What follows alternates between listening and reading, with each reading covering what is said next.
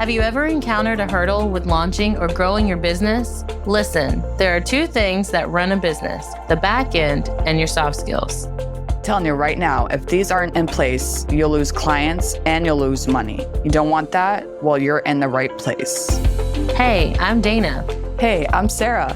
We're your hosts of the Entrepreneur Encounter, and we're going to give you a behind-the-scenes glance into our businesses, give you genuine feedback, tips and tricks, plus occasionally bring on guests that care about supporting you to grow your business organically and nurturing authentic relationships.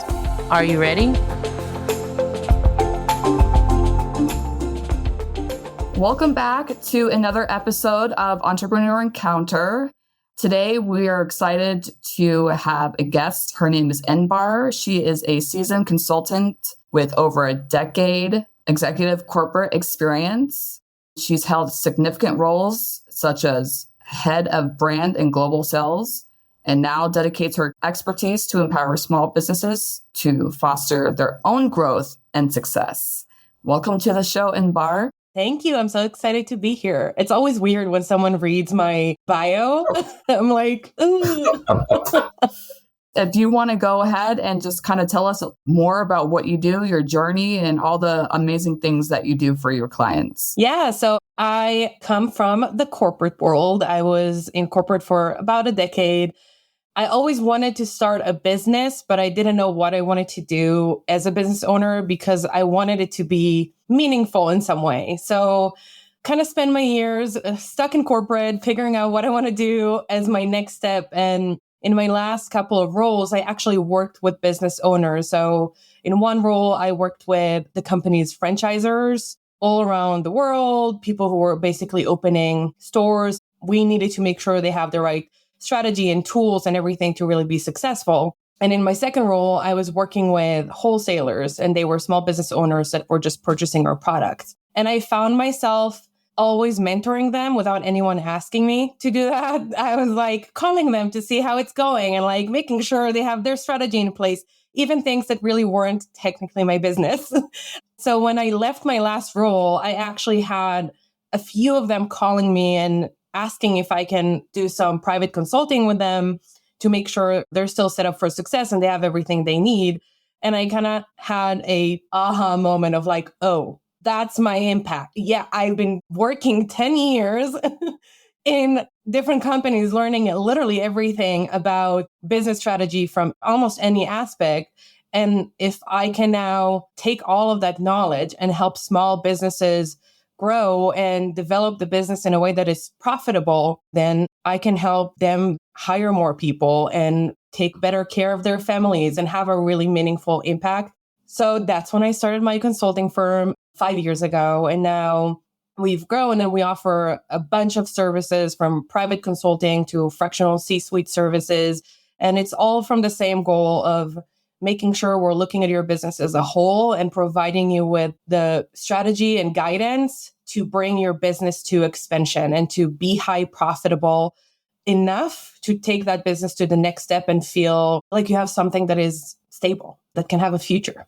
I love that. You're like speaking my language right now. Like, as we continue on having conversations with other people, everybody seems, and it's true, you take your experience that you've had and you were like, I want to start something for myself.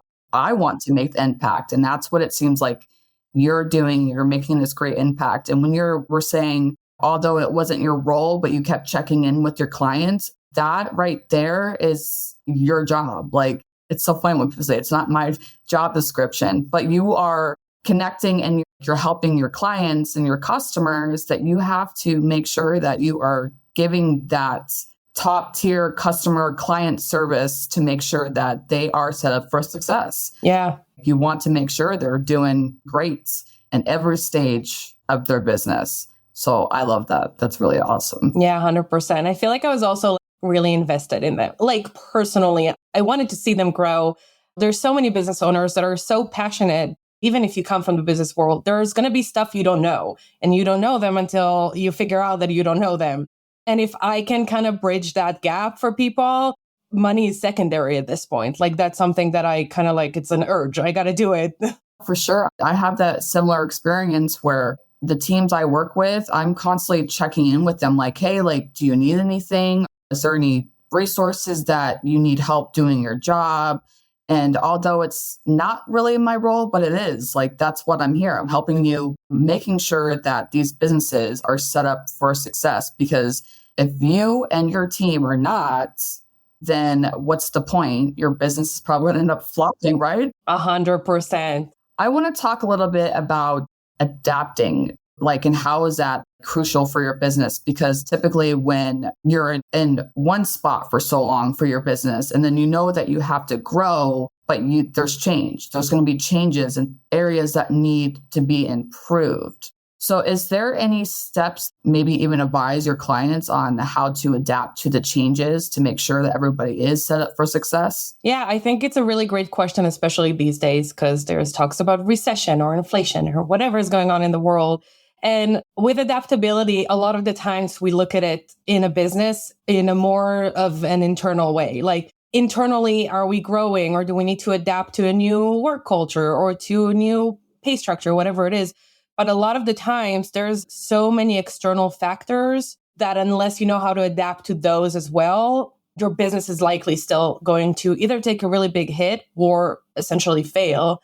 So when you're looking at adaptability as a business owner or as a business leader, the first thing I always recommend is looking at it from the really optimistic point of view of, can I leverage it? Can I take this really big thing that's happening that's technically not really good for my business right now and flip it? A good example of it is Netflix. And during the 2008 recession, that's literally what they did. And I always give Netflix as an example because they started as a DVD rental company, not as an online streaming as we all know them today. But when they realized that their pricing strategy wasn't working during recession and people still wanted to keep that lifestyle of watching movies and still having that part of their lives really active, but they weren't able to pay as much to maybe go to the movies or whatever it is, they created a product literally based on that. They didn't say, well, we are only doing DVD rentals, so recession is happening. No one wants to buy from us. Gee, that sucks. They were like, that may be an opportunity that no one else is doing. It was the same during COVID. I worked back then with a yoga studio. So I started my business in 2019, right before COVID hit. So obviously I also needed to adapt, but any client I worked with back then also needed to adapt. One of my favorite clients owned a yoga studio in New York, and obviously no one was able to come and do yoga during COVID. So she ended up being one of the first people who started online yoga classes that were really affordable during COVID. And that's exactly how we adapted. We said, well, stuff are happening. We cannot control COVID. We cannot control who's going to be able to come through the door or when you'll be able to open your doors. What can we offer that is going to kind of bridge that gap instead of looking at everything and say, well, no one is buying and it's this and that is happening and it sucks, but it's not my fault. Let's remove whose fault it is or can I control it? And let's find an opportunity we can leverage out of this potential threat to our business. That's a great example because, that whole time we all had to adapt to so many changes. That's when I actually got let go from the job that I was in. A lot of people did. And I didn't know what was next. I was like, what am I doing? I went to college, I got a degree, and then I got this job that was going to be my forever career. But you have to adapt and you got to figure out what else can you do to be able to get the job done. So I know that's why I started my business, is because I took my experience from what I learned from that job and turned it into what I'm doing now. So you got to do it because no matter what type of business you have, there's going to always be a time where you're going to have to make a change because maybe you have a product that is no longer working, like the example with the yoga studio.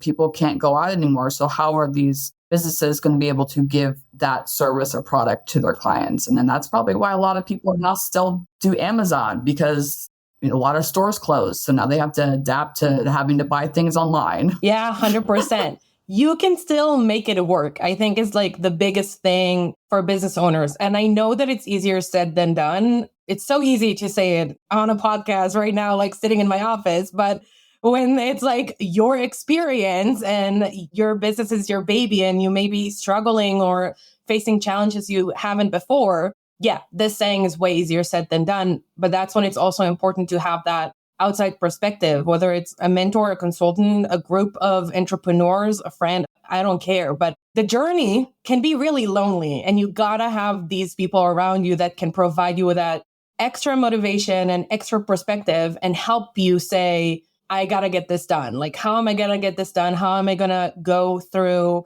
whatever challenges I'm currently facing without shutting down or without having these fears almost take over of, will I be able to make it? Do I need to fire people? Am I able to do business in general? And it's like this snowball of thoughts that can start. Yeah, that's definitely something that a lot of people do experience, especially when you're a new entrepreneur.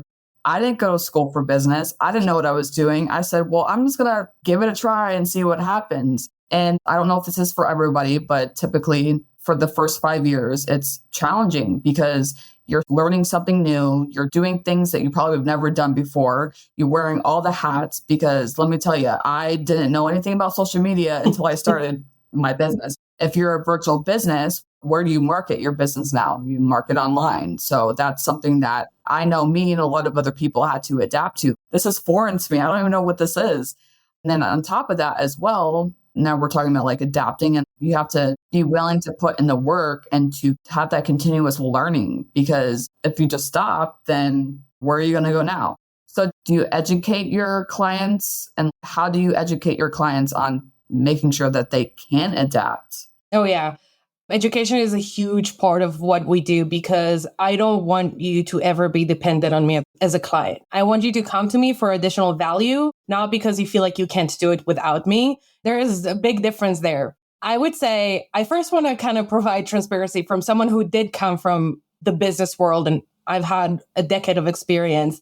I still struggled at the beginning, and I think it's something that is often not talked about. When you are the expert, you can say you struggled. I struggled. I came from business, but I didn't know bookkeeping. I didn't know how to post on Instagram.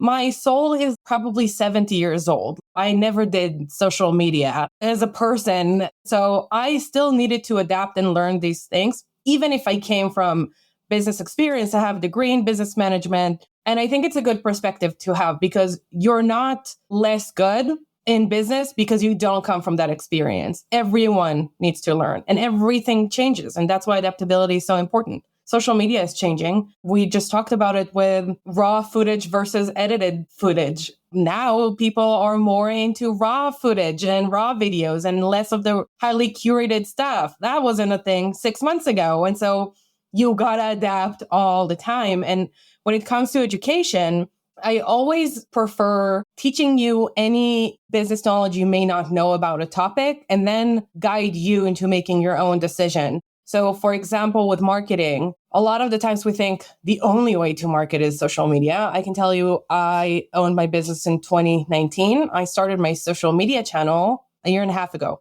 I built it mostly not on social media because it wasn't my strong suit and I am not a fan of social media. So I didn't touch it for a while. But I'd rather give you all of the information about the variety of marketing channels and the pros and cons of each one of those, and then have you as a business owner make a decision. And I think that not only empowers business owners to feel like they're in control of their business, but it also provides a better foundation for future decisions. And it also teaches you critical thinking throughout the process. I'm not just telling you, hey, if you're a business owner, well, you got to do TikTok, otherwise you're going to fail.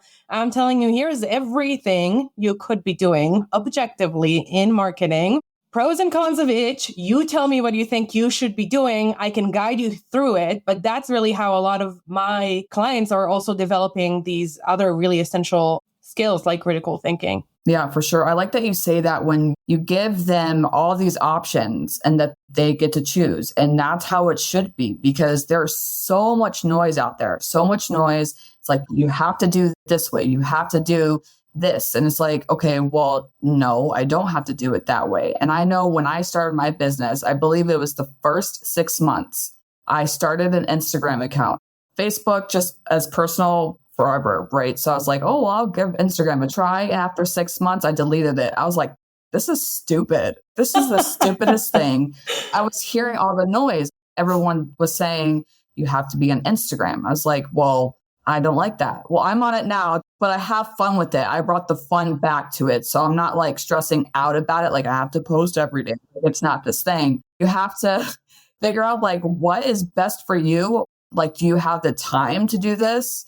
Like when we think about like SMART goals, specific, measurable, time bounds, all those things, like, do you actually have the time to do that? So figure out what you want to do and focus on that one thing. If you want to be on Instagram, if you want to be on LinkedIn, if you don't want to be on social media, don't do it. Like that's up to you and how your business works. Yeah, 100%. I think with social media, to your point, where you see all of the, well, to get rich, you got to do A, B, and C. Oh, I made my business make $1 million in a day doing this like really simple formula. And that really makes you just burn out as a business owner because it's not achievable.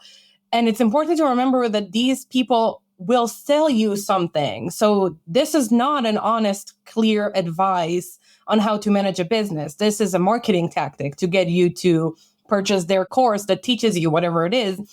I've had so many clients saying the latest trend was creating an online course. And the reason why it became a trend is because it's something that is perceived as really easy to do. Oh, I've got all of these skills. I'm just going to put it on a course and sell it as passive income. But a lot of the times, unless you look at it and say, is it objectively good for my business? Does it serve my bigger purpose? Does it get me closer to my longer term goals? Let me take some time and also research, what does selling a course entail? Do I want to do it? Do I have the resources to do it? Unless you know and you take the time to ask these critical questions, you're going to spend so much time creating a course that then you don't know how to market, you don't know how to sell, you don't have a pricing strategy for it. What are people going to do after they're taking your course? What happens if someone doesn't like your course?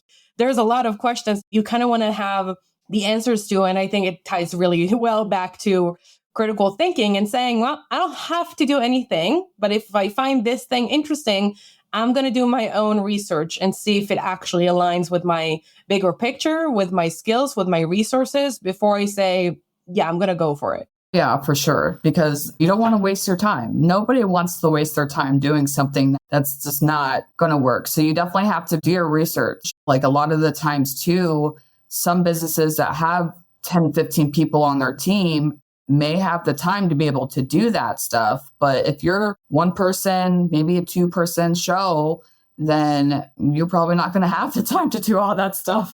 You know, what does your business look like now? And can you do that? You don't want to stress yourself over the fact that, well, I have to make a course. I have to do a podcast. Like, no, just stick with one thing for a year or so, and then maybe add something else. Like, you don't have to do all at once because you're going to burn out. 100%. And then you're going to be like, I don't want to do this anymore. You're going to burn out and you're probably not going to have the highest quality of materials out there because you're so tired and you're doing 30 different things at the same time, expecting 100% results. Yeah, exactly. Hey there, listeners. Ever feel like you're struggling to connect with customers or lead your team effectively? That's where soft skills come in. Entrepreneur Encounter isn't just another podcast. We're a community dedicated to helping early stage entrepreneurs like you master the soft skills that make or break a business. Technical skills are important, but without communication, collaboration, and confidence, your business might never get off the ground to the next level. In our membership, Dana and I share actionable insights and tips to help you nurture the soft skills you need to thrive. Give you access to bonus content, workshops, and a network of like-minded entrepreneurs who are all on the same journey. We'll teach you how to boost your confidence, Become a leader who inspires and motivates your team, navigate conflict like a pro, to resolve disagreements without drama and build stronger relationships, communicate clearly and concisely, get your message across, build trust, and close the deal. If you're ready to take your business to the next level, join the circle by clicking the link in the show notes. I know we kind of like said something earlier about it too, like mentorship. So as anybody that's educating their team, and like you were saying that there are times where you mentor. Did I hear that correctly? That you're kind of mentor your clients as well, Mm-hmm. which is awesome because you're providing guidance and Although like I'm not considered a mentor, I feel like I do that with my clients as well, because they hire you because you're the expert and you do these things that they don't know how to do. So they're always going to you for that guidance, which I think it's really cool because as a business owner, obviously you have your clients because they hired you because they don't want to do a certain thing. Like my client hired me because she doesn't like doing all the admin stuff. So you know what I do? I do it. And then I just take it on. And she doesn't even know like half the time what's going on. Like, oh, that's going on? Yes, because that's what needs to be done. So to me, that's success because I'm doing my job, you're doing your job, we're all doing our jobs. And maybe the owner wants to just be the face of the business and just meet people and network. And then you got the rest of the team that does everything else. Yeah, 100%. And I think it's really important to acknowledge as a business owner what you can do well and what you can't do well, and not try and do it all on your own. And it kind of goes to the nuances of gaining this new knowledge or like gaining education as a business owner, because sometimes we feel like we need to learn everything. And the reality is not only you can't learn everything, but things change all the time. So unless all you do is learning, you're not going to be able to stay on track with everything. And it's not going to be a good business strategy. But instead, if you were taking the time to evaluate what do you enjoy doing? What are you really good at? And what are the things that you got to do in your business that you don't like and you're not good at and you have no idea how to do it? These are the type of tasks that you just want to educate yourself on success and failure of a person in this position. So if I don't do bookkeeping and I hate bookkeeping and I don't even know how to open QuickBooks, I'm going to hire someone to do it for me, but I'm going to take 2 hours to do an online research or ask a professional or whatever it is. What does good bookkeeping look like? What type of impact should it have on my business? What does it look like at the end of the year? So I know how to measure it and say, this person is really good at what they do, or I may need to give them feedback or replace them or whatever it is. But you don't have to learn how to do bookkeeping in order for you to outsource it. You can just learn how to measure the success of that person. Right. That's actually a really great tip because you have to have some sort of knowledge, because what if you hire that bookkeeper, you have no knowledge at all. They come in and they mess everything up. Like, how would you know? Like, you want to make sure that you have some sort of knowledge to even have like the basic understanding. So then, like you said, like they can actually do their job correctly and the way that you want it to see that success. Yep, 100%. So we talked about like adapting, investing in your own growth. Then also surround yourself with support. Mm-hmm. Obviously, you have your clients, you're giving them mentorship, you're helping them grow their business. Is there any other type of support that you give to your clients as well? Yeah, I would say with my type of support, I work very differently with each client, depending on how they work, which I know from experience at this point that not a lot of business consultants do it. But I will never tell you, oh, you can only reach me through emails, for example, or you can only ask me A, B, and C questions. It really is going to depend on how you like to be communicated. What platform do you enjoy? And I kind of match myself to the client. A lot of clients need sometimes just a 15-minute phone call, of just like saying, hey, I'm having a really hard day. I feel like I'm not doing well in the business. I don't know why I'm even doing the business. And it may just be a conversation. And sometimes it may be a bigger strategy call when we go into details of whatever it is. Sometimes I help people hire their employees. And I think that's the biggest thing of really looking at your business holistically and doing consulting in a holistic way. I don't just say, well, I do profits, therefore I'm going to help you with your cash flow and anything else is none of my business. I want to help you succeed as a whole. So whenever you need that support, I'm going to show up and I'm going to help you do that specific thing that you need me to do, unless I'm not qualified. But then I'm going to give you advice on who should be doing it and how should we find them. And I think when it comes to really surrounding yourself with people, it's not being the smartest person in the room, which is a very common say. And sometimes I can be the smartest person in the room if I talk about cash flow and the rest of the people around me are graphic designers. But that also means that I'm the dumbest person in the room when it comes to graphic design. So also surrounding yourself with people that can kind of complete that information. I don't know everything. The graphic design is such a good example because I suck at visuals. I can spend days on creating a visual thing and it's going to look like a 5 years old did it. So for me, it's important. I actually surround myself with a lot of creative people because they help me at least see it from a better perspective. I have a lot of clients who go to networking events, not to gain new clients, but to just be around entrepreneurs in their areas and feel that support system. So it really depends, I would say, on your own personality and what you need. But it's important to sit down and acknowledge your needs. Do you need a community? Do you talk to your family about it? Is it relevant to talk to your family about it? Do you need a mentor? Can you afford a consultant? There's also free services for specific mentorship that is just these one-on-ones for motivations and kind of like brainstorming that you could gain if that's all you need. But the biggest thing is don't do it alone, because usually it's going to be way harder and potentially a shorter journey as well if you're by yourself in your brain trying to do it all.